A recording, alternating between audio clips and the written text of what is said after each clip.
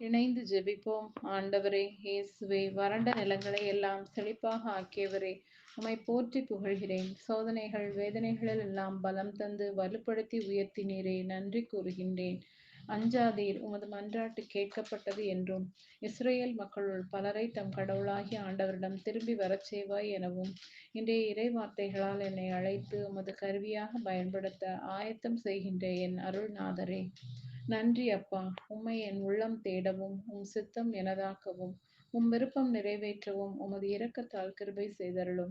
என் பின்னே வாருங்கள், உன்னை மனிதரை பிடிப்பவன் ஆக்குவேன் என்றவரே, என் நடத்தைகள் எல்லாம் உம்மை சார்ந்தவையாக மாற்றும். என் பலவீனமான வாழ்க்கையை எடுத்துவிடும் அப்பா. ஆண்டவரே ஏசையா, உமது துணையாளராம் பரிசுத்த ஆவியை எனக்கு தாரும். அவர் மூலமாக என் வாழ்க்கையை போராடி வெல்ல வல்லமை தாரும். இயேசுவின் தெய்வீக நாமத்தில் ஜெபிக்கிறேன். ஆமென்.